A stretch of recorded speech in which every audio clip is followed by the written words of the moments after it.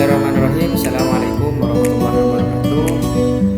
Di sini saya akan presentasikan suatu materi yang mana ini adalah mata kuliah yang diampu oleh BEM dan di sini saya dari kelompoknya Pakis agak telat karena kemarin.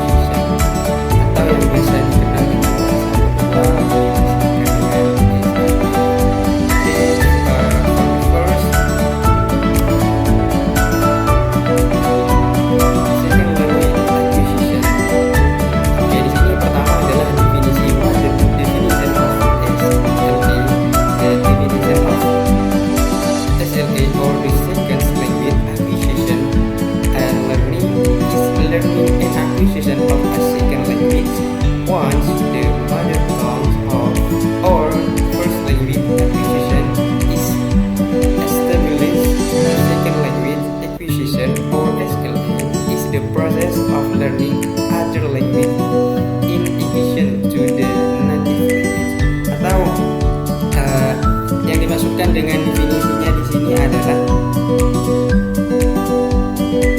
pengertian memperoleh dan pembelajaran bahasa kedua adalah pelajaran dan pemerolehan bahasa kedua setelah bahasa ibu atau perolehan bahasa pertama terbentuk. Pemerolehan bahasa kedua atau SLA adalah proses pembelajaran bahasa lain selain bahasa ibu. Jadi pengertiannya atau yang dimaksud dengan second language acquisition adalah bahasa kedua. Kenapa dikatakan bahasa kedua? Karena kita di dalam hidup ini pertama ada yang namanya bahasa ibu. Apa bahasa ibu? Bahasa ibu itu tergantung di mana kita lahir, tergantung lingkungan di mana kita hidup. Misal kita hidup di Madura, tentunya bahasa ibu daripada diri kita itu adalah bahasa Madura. Iya, seperti itu. Nah, bahasa kedua itu bahasa yang seperti apa? Bahasa kedua itu bisa dikatakan kita belajar bahasa Indonesia, belajar bahasa Inggris dan lain semacamnya. Nah, untuk memperoleh bahasa kedua atau yang dikatakan dengan SLA itu biasanya kita memperoleh dari lingkungan baru atau dengan menempuh pendidikan.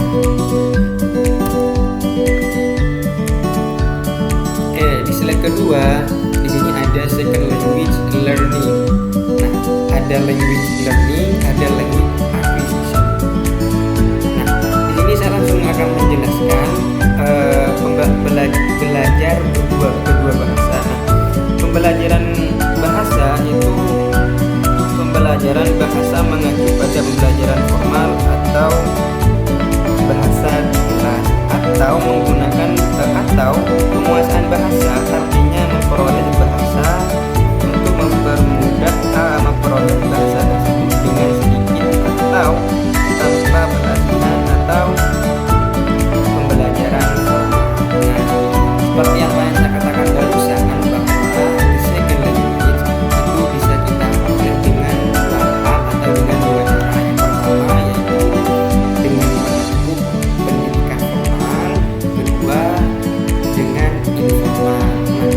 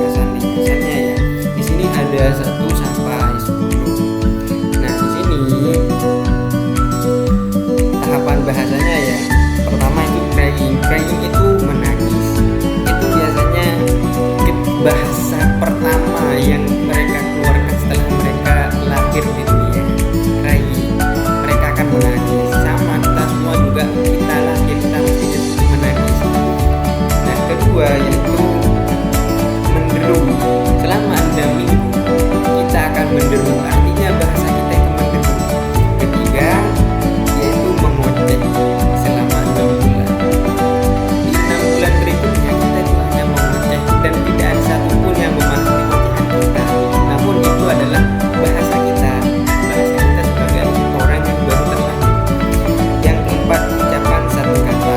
Nah, biasanya setelah kita 1 tahun menjalani hidup kita bisa mengucapkan satu kata seperti pa, ma, ca, dan lain semacamnya. Namun kita itu tidak bisa mengungkapkan satu kata penuh seperti papa, mama, kakak, adik, dan lain semacamnya. Tidak, kita belum bisa pada tahun pertama kita. Nah, dilanjut pada berikutnya di 18 bulan. Setelah kita berumur 18 bulan itu bisa mengucapkan papa, mengucapkan 2 kata, papa, mama, seperti itu. Berikutnya di 2 tahun 3 bulan kita mengalami pertanyaan negatif. Kita mulai diajak berbicara, kita mulai mempertanyakan pertanyaan yang baru kita ketahui, dan tentunya orang tua ataupun orang yang mendengarkan itu juga harus mencerna apa yang ditanyakan oleh kita karena kita motivasi. Berikutnya adalah jarang atau mulai konsumsi. Itu ketika umur sudah 5 tahun kita itu sudah bisa merangkai kata, kita sudah belajar dengan baik menggunakan katanya, yang menggunakan kata yang kita keluarkan. Dan yang terakhir itu adalah ketika kita umur 10 tahun, berumur 10 tahun, kita sudah bisa berucap atau sudah berbahasa dengan baik. Kita sudah bisa menyusun kalimat, kita sudah bisa bertanya sesuai dan bisa dipahami oleh orang yang mendengarkan. Nah, di sini saya hanya menjelaskan sampai di situ saja, dan yang akan berpresentasi atau yang menjadi presentator berikutnya itu adalah Mahmudi. Dan saya langsung persilahkan terhadap Mahmudi.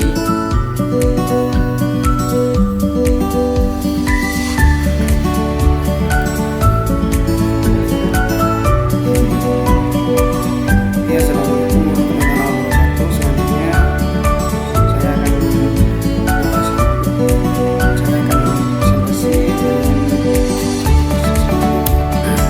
Oke, di sini saya akan jelaskan tentang language acquisition and improvisation dan language learning.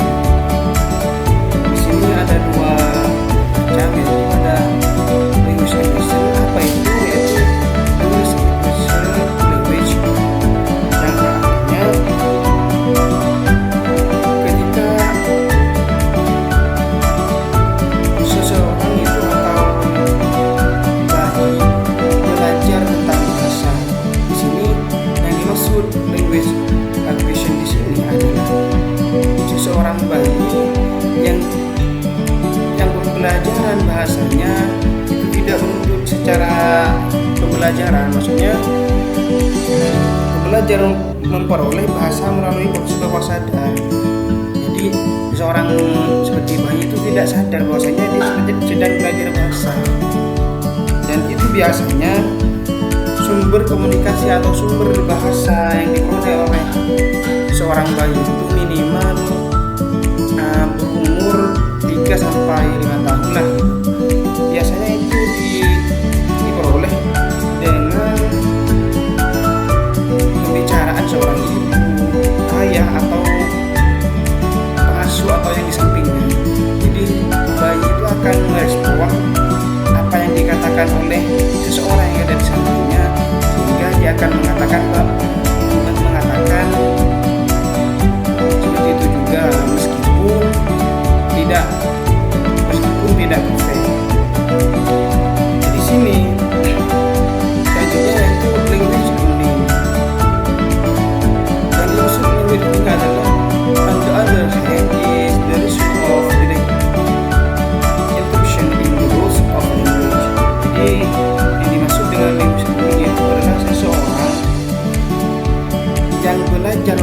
bahasa itu sudah mengikuti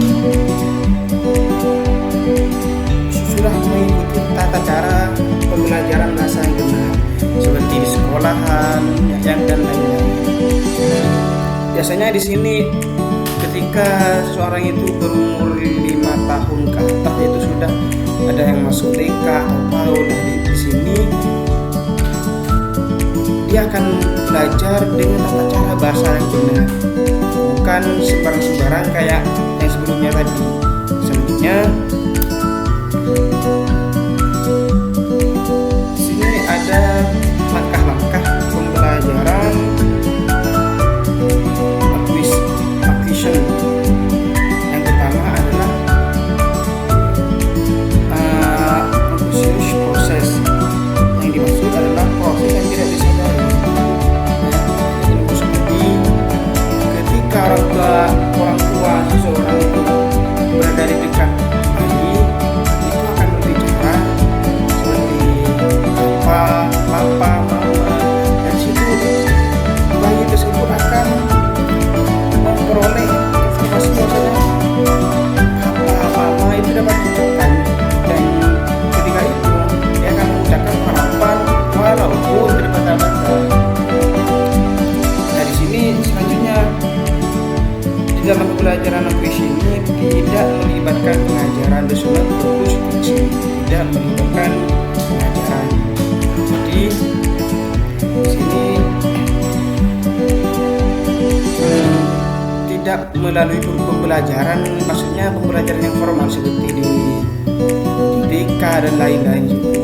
Karena memang masih bayi, jadi hanya mendengarkan dan mempraktikkan seadanya.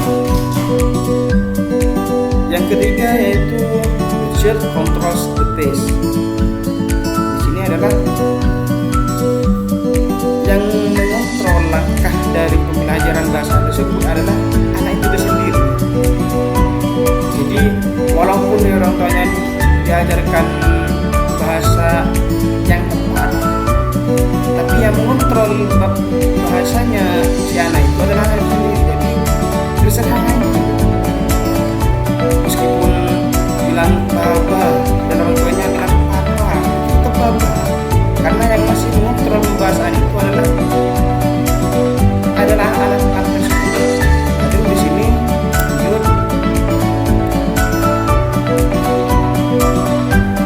langkah. Di sini adalah langkah-langkah dalam seorang yang sudah belajar bahasa dalam acara pembelajaran yang benar, seperti di sekolahan dan lain-lain.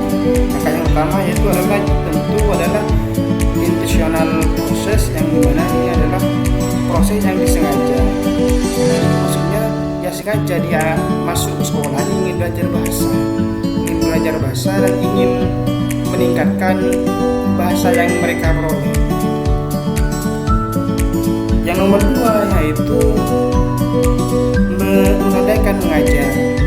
Jadi seorang guru itu akan mengajarkan kepada muridnya bahasa-bahasa yang kurang benar pada murid tersebut, sehingga pada yang ketiga